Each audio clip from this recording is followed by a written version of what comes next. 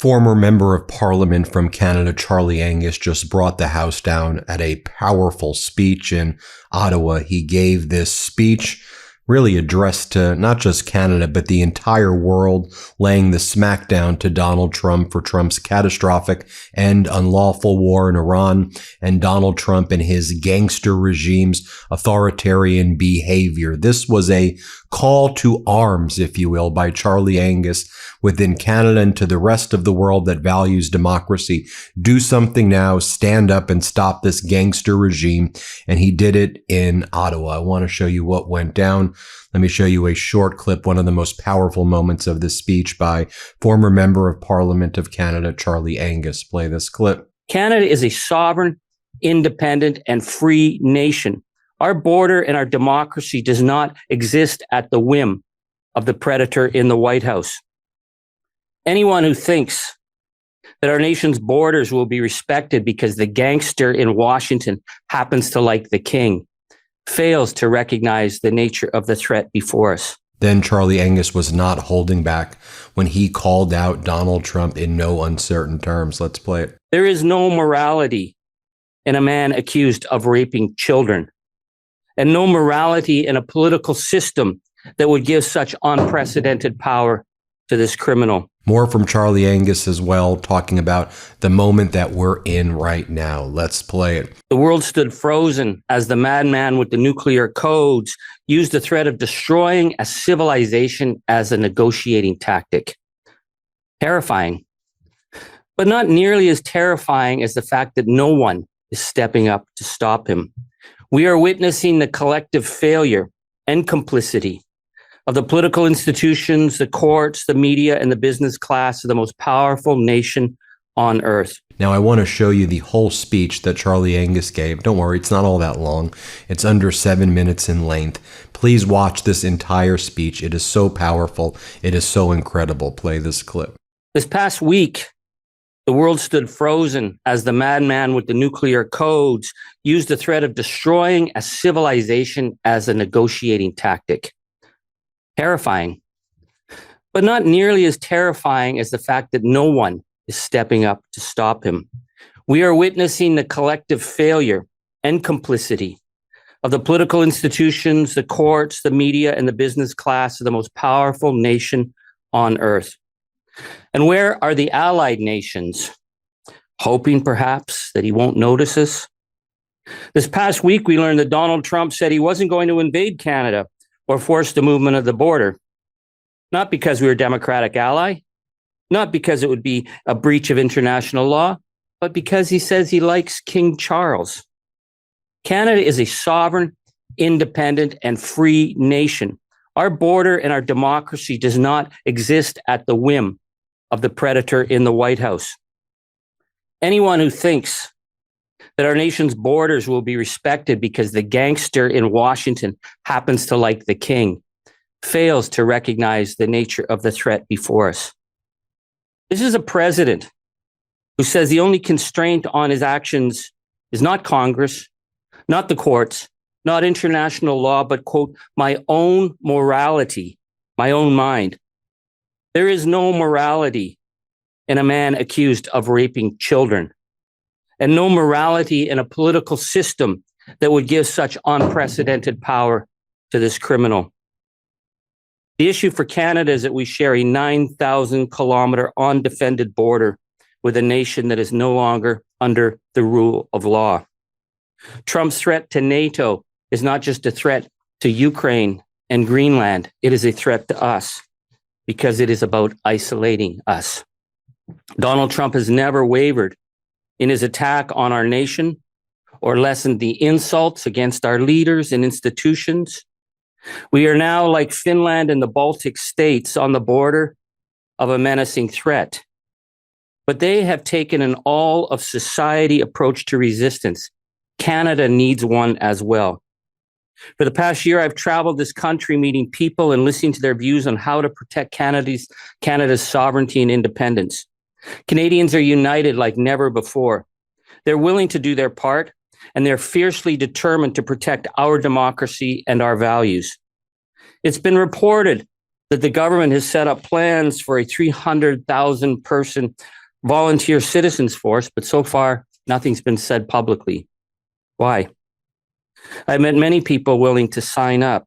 And this is not about marching with bayonets in Belleville, but building local teams of resilience to help out in whatever kind of emergency we face. It is about sending a message to the world that Canada's sovereignty is not up for discussion. This morning, I'm going to bring forward some suggestions based on what people have been talking to me about from one end of the country to the other. People who ask the question, well, what can I do? How do I make a difference? In 1940, when the Nazis invaded Denmark, 17-year-old youth named Arnie Sager wrote what he called were the 10 commandments of resistance. And those commandments were passed from family to family, to citizen, and the Danish people maintained a remarkable level of solidarity and saved almost the entire Jewish population. Now, we are nowhere near the level of threat faced by the Danish people, but given the deteriorating situation south of the border, we have a responsibility as citizens to be active participants at this moment in history. So I offer you 10 simple steps every Canadian should take to protect our democracy. Number 1, I promise to do whatever I can to defend the sovereignty, territorial integrity, and democracy of Canada. 2, I promise to respond to the best of my abilities to help in times of national disasters, floods, fires, or threats to our border. 3, I promise to upgrade my skills to help my community and my country, whether in emergency preparedness, first aid, or other training. 4, I promise to show up for my community and country by voting and participating in grassroots democratic actions, including resistance against anti-democratic threats. 5, I promise to remain true to the values of inclusion, fairness, and respect for Indigenous rights, and I will do my best to ensure that no one is singled out because of their sex, gender, race, or religious background. 6, I promise to boycott everything I can coming out of the United States and to support regional food sovereignty through buying local wherever possible. 7, I promise to be an active blocker of disinformation and hate. 8, I promise to be active locally, helping to create small groups of resistors and to recruit fence sitters. Solidarity supports courage. We cannot do this alone. 9, I promise to be a non-cooperator with tyranny. If my company or institution has contracts with tyrants or attempts to roll back rights, I will voice opposition, slow walk the work, or refuse altogether. Our labor is power. We need to push the corporate, education, and political sectors to take a stand.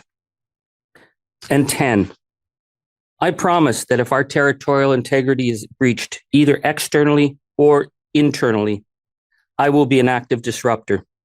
I will refuse to obey any orders from those who would undermine our sovereignty and will engage in acts of mass resistance and disobedience to frustrate invaders, demoralize those fake authorities, and make it impossible for any undemocratic threat to govern us. We can tell ourselves, don't overreact. We can tell ourselves, well, hey, the king likes us. We can hope that NATO will protect us. We can tell ourselves, well, the midterms are coming and everything's going to be returning to normal again. Or we can face the fact that the only thing that will save this beautiful and at times fragile democracy is ourselves, the Canadian people. Le monde est témoin de la menace que représente le régime de Washington. Now, I'm sure you all know Charlie Angus is with the MeidasTouch network. He's the leader of the Maple Meidas. Meidas Canada is his channel, and he has the Meidas Canada tour where he's been traveling around Canada, and he's been meeting with Canadians from all over Canada. And most recently, he was in Grimsby in Ontario and gave an incredible speech. But Meidas Canada has been traveling all around and just delivering this message of truth, of love, of democracy. Let me just show you a short portion of Charlie Angus's latest speech. This one was in Grimsby. Take a watch and make sure you catch Charlie Angus when he visits your town or your city in Canada. Here, play this short clip. This is the entire system of the media and the courts and the politicians who let this happen. And now we are dealing with the results. There's a reason they can't abide a democratic nation on their border. Because we are still a nation of the rule of law. We're still a nation that believes that diversity is not a sign of weakness, it's a sign of strength. That we believe in fairness. And we are not going to let any of that MAGA hate come across our border. Not now, not ever. That's why they hate us.